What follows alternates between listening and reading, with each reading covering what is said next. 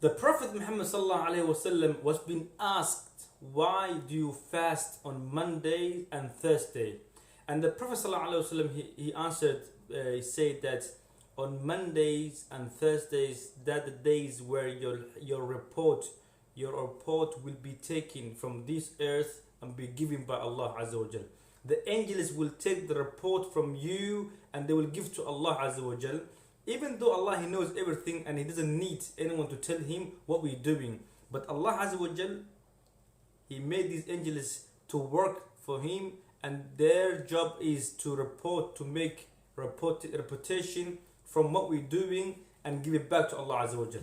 So Rasulullah sallallahu alaihi wasallam, he said that I want my report to be gift to Allah, my report to be taken from here and give to Allah. And while Allah is reading that is written that Muhammad sallallahu alaihi wasallam, he is fasting.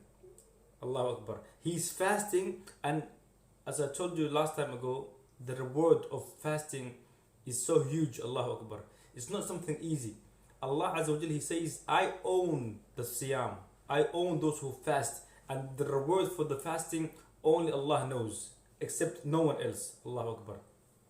So I want Allah Azza wa Jal, when he is reading my report, that it says Muhammad sallallahu alaihi wasallam, while on Mondays he was fasting and the Thursday he was fasting. So it's like you fasting the whole month, you know. And the sallallahu alaihi wasallam said in the hadith that at the Muslim months, as a Muslim calendar month, so every 13, 14, 15 you have to fast, because that's what Rasulullah used to do. When you're fasting only 3 days of each month, it means that you're fasting whole months, the whole 30 days. Each day equal to 10 days. You're fasting for Allah.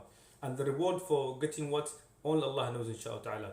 Nabi sallallahu alayhi wa sallam, ayaa la weydiinay Muhammad, maxaa u soontaa maalinta Isniinta iyo maalinta Khamiista? Nabi sallallahu alayhi wa sallam wuxuu ku jawaabay, Isniinta waxaan u soomaa iyo Khamiista waa maalintii qofka macluumaadkiisa ama qofka warbixintiisa oo adduunkan ku sameeyay, warbixinta kugu samaysan adiga malaa'igta ka qortay, kaasa Ilaahay loo dhiibaya. Inkastoo Ilaahay og yahay wax kasto aan u baahnay in loo sheego, laakiin malaa'igta shaqadooda waxaa laga dhigay in report ay qaadaan oo adiga kugu saabsan in Ilaahay la hor dhigo.